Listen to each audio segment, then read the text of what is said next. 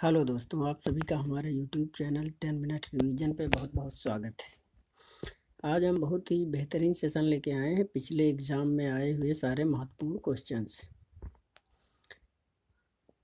हम आप लोगों को गवर्नमेंट जॉब से रिलेटेड सारे क्वेश्चंस आए हुए प्रोवाइड करवाते रहेंगे। ये बहुत ही शानदार सेशन होने वाला है। बढ़ते हैं अपने अगले क्वेश्चन की तरफ। जब हम प्याज काटते हैं तो सिंथेज एंजाइम प्याज के अमीनो एसिड सल्फोक्साइड को किस एसिड में परिवर्तित करता है? Option A sulphuric acid, option B sulphenic acid, option C citric acid, option D nitric acid. देखो, इसमें से राइट ऑप्शन आपका हो जाएगा sulphenic acid, option B. Okay, बढ़ते हैं अगले क्वेश्चन की तरफ। Question number 2। लाल कृमियों में डैश नामक एक संरचना होती है जो उनका भोजन पीसने में उनकी सहायता करती है। ऑप्शन ए है आमाशय का अग्रभाग क्राप, ऑप्शन बी है पक्वाशय गिजार्ड, ऑप्शन सी है ग्रास नली इसोफेगस और ऑप्शन डी है आंत इंटेस्टाइन।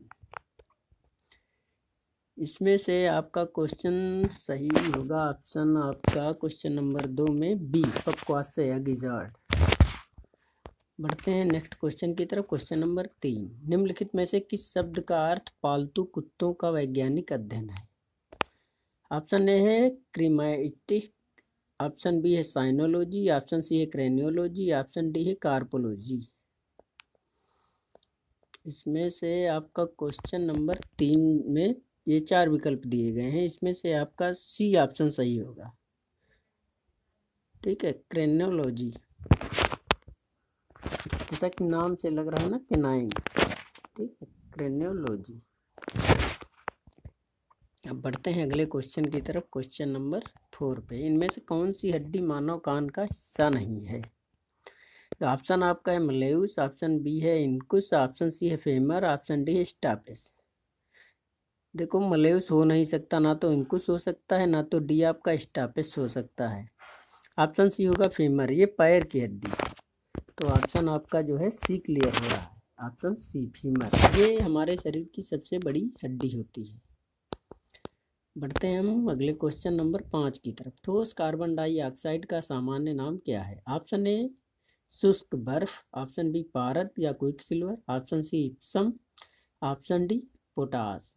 देखो, ठोस कार्बन डाइऑक्साइड, ये इसमें से आपका क्वेश्चन 5 में आपका ए सही होगा, ये शुष्क बर्फ है। देखो, हमारे चैनल में किसी भी क्वेरी के लिए आप कमेंट कर सकते हैं और हाँ, चैनल को लाइक सब्सक्राइब करना ना भूलें। Question number 6। उस भौतिक विज्ञानी का नाम बताएं जिसे न्यूट्रॉन की खोज का श्रेय दिया जाता है। ऑप्शन ए आपका है Max Planck, option B James Chadwick, option C Enrico Fermi, option D है जेम्स फ्लेमिंग। बहुत ही बढ़िया क्वेश्चन है। इसमें देखो, न्यूट्रॉन की खोज का श्रेय दिया जाता है जेम्स चैडविक को। James Chadwick, option B is the right answer. बढ़ते हैं क्वेश्चन नंबर 7 की तरफ। जैस भौतिकी का कौन सा नियम बताता है कि जब दो विद्युत आवेशों के बीच की दूरी दोगुनी हो जाती है तो उनके बीच बल उनके पूर्व मान से 1/4 तक कम हो जाता है? ये फिजिक्स का क्वेश्चन है, बहुत अच्छा क्वेश्चन। इसमें आपका ऑप्शन ए है स्टीफन का नियम, ऑप्शन बी है पास्कल का नियम, ऑप्शन सी है कूलाम का नियम, ऑप्शन डी है हुक का नियम। देखो, क्वेश्चन नंबर 7 में आपका राइट ऑप्शन हो जाएगा सी, कूलाम का नियम। Question number 8। निम्नलिखित ग्रंथियों में से कौन सी ग्रंथ फेफड़ों के बीच विद्यमान रहती है? ऑप्शन ए है पीयूष ग्रंथ पिट्यूटरी, ऑप्शन बी है शीर्ष ग्रंथ पिनियल, ऑप्शन सी है अधश्चेतक हाइपोथैलेमस, ऑप्शन डी है बाल्यसंधि थाइमस।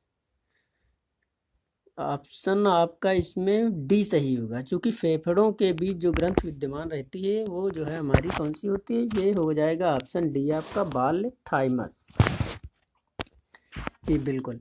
अब क्वेश्चन नंबर 9। निम्नलिखित में से कौन कशेरुकी प्राणी नहीं है? ऑप्शन ए मछली, ऑप्शन बी स्तनधारी, ऑप्शन सी पक्षी, ऑप्शन डी घोंघा। देखो, कशेरुकी प्राणी जिसमें कशेरुक दंड नहीं पाई जाती है, यानी देखो मछली में पाई जाती है, ऑप्शन बी स्तनधारी इनमें भी पाई जाती है, ऑप्शन सी पक्षी इसमें भी होती है। तो ये आपका option D is the right answer. यानी घोंघा, इसमें जो है हमारी कशेरुक नहीं पाई जाती है, तो आपका ऑप्शन डी राइट आंसर है। क्वेश्चन नंबर 10, निम्नलिखित में से कौन सिरके का प्रमुख घटक है? देखिए क्वेश्चन नंबर 10 में आपका पहला ऑप्शन है lactic acid, B citric acid, C nitric acid, option D हो गया एसिटिक एसिड। तो देखिए सिरके में पाया जाता है एसिटिक एसिड, जो हो गया ऑप्शन आपका D is the right answer. बढ़ते हैं क्वेश्चन 11 की तरफ। कान के पर्दे के दोनों ओर के दबाव को बराबर करने में सहायता करती है। ये जो हमारे कान के दोनों पर्दे हैं, इनको जो है बराबर करने में, इक्वल करने का काम कौन सी जो है करती है? ऑप्शन ए है कान की हड्डी मैलियस, ऑप्शन बी आपका है इंकस, ऑप्शन सी है कर्णावर्त तंत्रिका यानी कॉल्कियल नर्व, और ऑप्शन डी है कबुकर्डी यूस्टेकिया नलिका। तो इसमें आपका ऑप्शन सही हो जाएगा डी, कबुकर्डी यूस्टेकिया नलिका इज द राइट आंसर। दोस्तों हमारे चैनल को लाइक, सब्सक्राइब और किसी भी क्वेरी के लिए कमेंट करें। पढ़ते हैं अपने अगले क्वेश्चन की तरफ। क्वेश्चन नंबर 12, निम्नलिखित में से क्या मस्तिष्क का भाग नहीं है? ऑप्शन ए कर्णपाली, ऑप्शन बी हो गया पोन्स, ऑप्शन सी हो गया मज्जा, ऑप्शन डी हो गया थैलेमस। तो क्वेश्चन नंबर 12, इसमें देखो कर्णपाली, पोन्स, मज्जा और थैलेमस। देखो हमारे ब्रेन का जो भाग होता है, देखो पोन्स हो नहीं सकता, मज्जा ये भी नहीं हो सकता, थैलेमस ये भी नहीं। तो यानी आपका राइट ऑप्शन जो इसमें आ रहा है ये आपका ए है, कर्णपाली। ओके दोस्तों, बढ़ते हैं क्वेश्चन नंबर 13 की तरफ। कैल्शियम सल्फेट डाइहाइड्रेट को सामान्यतः किस रूप में जाना जाता है? ऑप्शन ए हो गया आपका कांच, ऑप्शन बी हो गया चूना पत्थर, ऑप्शन सी हो गया एस्बेस्टस या अदह, ऑप्शन डी हो गया जिप्सम। देखिए कैल्शियम सल्फेट डाइहाइड्रेट, तो इसमें ये आपका हो जाएगा option number D is the right answer. जी बिल्कुल। बढ़ते हैं क्वेश्चन नंबर 14 की तरफ। देखो डैश विस्तार गर्मियों के दौरान एफिल टावर को और लंबा कर देता है। ऑप्शन ए आपका है प्रवणता, उतार या चढ़ाव, ऑप्शन बी हो गया तापीय, ऑप्शन सी हो गया रासायनिक, ऑप्शन डी हो गया गुरुत्वीय। देखो गर्मियों में विस्तार होता है तो सीधी सी बात है, आपको पता होगा ऊष्मा के कारण यानी गर्मी के कारण ये एफिल टावर को लंबा कर देगा। तो इसमें से सीधा सा आपका राइट ऑप्शन निकल के आ रहा है ऑप्शन बी, ये थर्मल हो जाएगा यानी तापीय। बहुत ही बढ़िया क्वेश्चन ये है। अब बढ़ते हैं क्वेश्चन नंबर 15 की तरफ। जेलीफिश किस संघ का एक उदाहरण है? Protozoa, option B ctenophora, option C porifera, option D cnidaria. क्योंकि जितने भी फाइलम्स आते हैं ये हमारे सारे जो है इम्पॉर्टेंट हैं, चाहे वो प्रोटोजोआ हो या टीनोफेरा हो या पोरीफेरा हो या आर्थ्रोपोडा हो। देखिए जेलीफिश किस संघ का एक उदाहरण है? ये जेलीफिश जो हमारा होता है ये जो है निडेरिया फाइलम से आता है। जी बढ़ते हैं अपने क्वेश्चन नंबर 16 की तरफ। ये इसमें कह रहा है कि लाल रक्त कणिकाओं के निर्माण के लिए शरीर का कौन सा अंग जिम्मेदार रहता है? ये जो रेड ब्लड सेल्स होती हैं, जो इनके लिए शरीर का हमारे जो निर्माण होता है, इसके लिए कौन सा अंग जिम्मेदार रहता है? देखो ऑप्शन ए हो गया आपका हृदय, ऑप्शन बी हो गया फेफड़े, ऑप्शन सी हो गया बोन मैरो, ऑप्शन डी हो गया ब्रेन। इसमें से आपका option C is the right answer. देखो बोन मैरो जो है रेड ब्लड सेल्स का निर्माण करती है। बढ़ते हैं क्वेश्चन नंबर 17 की तरफ। निषेचन के बिना फल के विकास को क्या कहा जाता है? ऑप्शन ए है hybridogenesis, option B apomixis, option C gametogamy, option D parthenocarpy. देखो इसमें आपका ऑप्शन क्लियर होगा डी, यानी पार्थेनोकार्पी जो है ये निषेचन के बिना जो है फल को विकास कहा जाता है। बढ़ते हैं क्वेश्चन नंबर 18 की तरफ। मीथेन एक रंगहीन, गंधहीन, गैर विषैली किंतु ज्वलनशील गैस है, इसका सामान्य नाम क्या है? बहुत ही बढ़िया क्वेश्चन, बार बार पढ़ा गया क्वेश्चन, ये शायद सभी को पता होगा, लेकिन पढ़ते हैं अपने ऑप्शन की तरफ। ऑप्शन ए है तूतिया, नीला थोथा यानी गंधक तूतिया, ऑप्शन बी हंसाने वाली gas nitrous oxide, option C methane marsh gas, option D ताप गैस हीटिंग गैस। देखो मीथेन को मार्स गैस कहते हैं, सभी को पता होगा, तो आपका ये राइट ऑप्शन जा रहा है सी, सी इज द राइट आंसर। देखो किसी भी क्वेरी और पीडीएफ डाउनलोड के लिए आप जो है हमारे टेलीग्राम चैनल पे जा सकते हैं, उसका लिंक डिस्क्रिप्शन बॉक्स में दिया गया है। बढ़ते हैं अपने नेक्स्ट क्वेश्चन 19 की तरफ। उस परिघटना का नाम क्या है जो प्रकाश के प्रकीर्णन से प्रेरित है, जिसमें पर्वत के शीर्ष भाग सूर्योदय और सूर्यास्त के आसपास एक गुलाबी या नारंगी वर्ण प्राप्त करते हैं? बहुत ही अच्छा क्वेश्चन है। ऑप्शन नंबर ए हिम विभा, ऑप्शन बी धुंधलेपन की स्थिति, ऑप्शन सी ब्रिलोइन प्रकीर्णन, ऑप्शन डी ढोलीय विरूपण। इसमें जो आपका ऑप्शन हो जाएगा फर्स्ट वाला, यानी option A is the right answer. बढ़ते हैं नेक्स्ट की तरफ। ये आ गया 20। भौतिकी और खगोल विज्ञान में उस परिघटना का नाम क्या है जिसमें एक चुंबकीय क्षेत्र में प्रकाश स्रोत को रखने पर कुछ भिन्न आकृति के दो या दो से अधिक घटकों में वर्णक्रमीय रेखा का विभाजन सम्मिलित है? तो इसमें ऑप्शन ए आपका है रमन इफेक्ट, ऑप्शन बी हो जाएगा जीमैन इफेक्ट, ऑप्शन सी हिमविभा और ऑप्शन डी ल्यूमेन।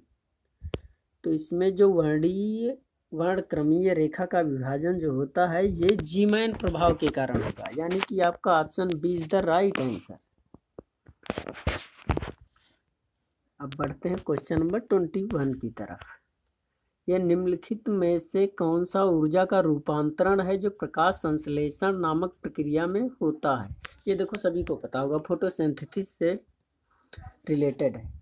इसमें आपका ऑप्शन ये है ऊष्मीय ऊर्जा से प्रकाश ऊर्जा, स्थिति से रासायनिक ऊर्जा, ऑप्शन सी हो गया आपका प्रकाश से जो है रासायनिक ऊर्जा, ऑप्शन डी ऊष्मीय से रासायनिक ऊर्जा। देखो सभी को पता है सबसे पहले जो है प्रकाश ऊर्जा से इसमें रासायनिक ऊर्जा में परिवर्तन होता है, तो यानी आपका राइट ऑप्शन हो गया सी।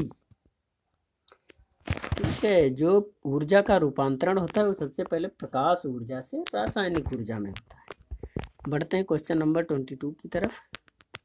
सूर्य द्वारा उत्सर्जित प्रकाश का रंग कैसा होता है? ऑप्शन ए लाल, ऑप्शन बी पीला, ऑप्शन सी सफ़ेद, ऑप्शन डी नारंगी।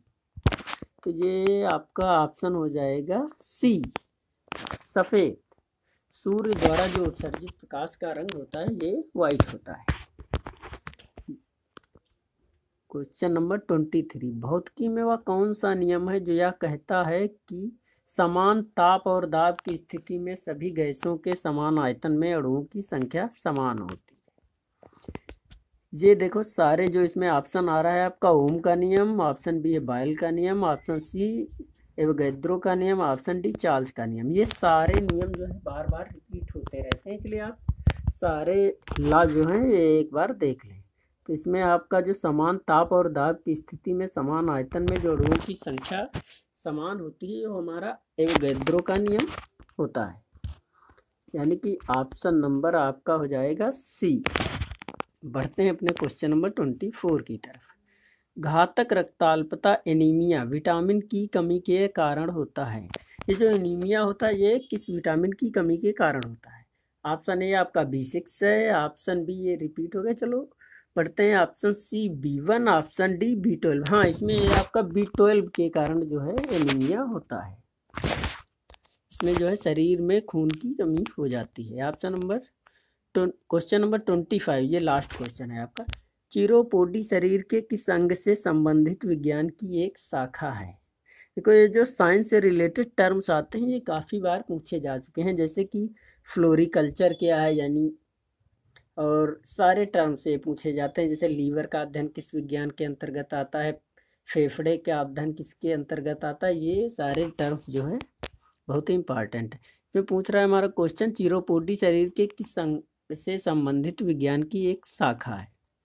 ऑप्शन ए किडनी, ये हो नहीं सकता, ऑप्शन बी लीवर, ये भी नहीं होगा, ऑप्शन सी पाँव, ऑप्शन डी हो गया फेफड़े।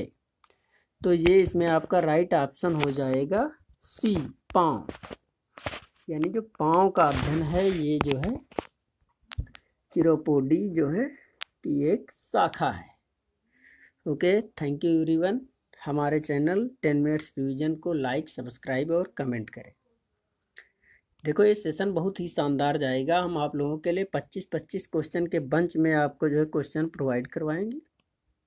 जो किसी भी एग्ज़ाम की तैयारी कर रहे हैं वो आपके लिए बहुत ही महत्वपूर्ण क्वेश्चंस होंगे।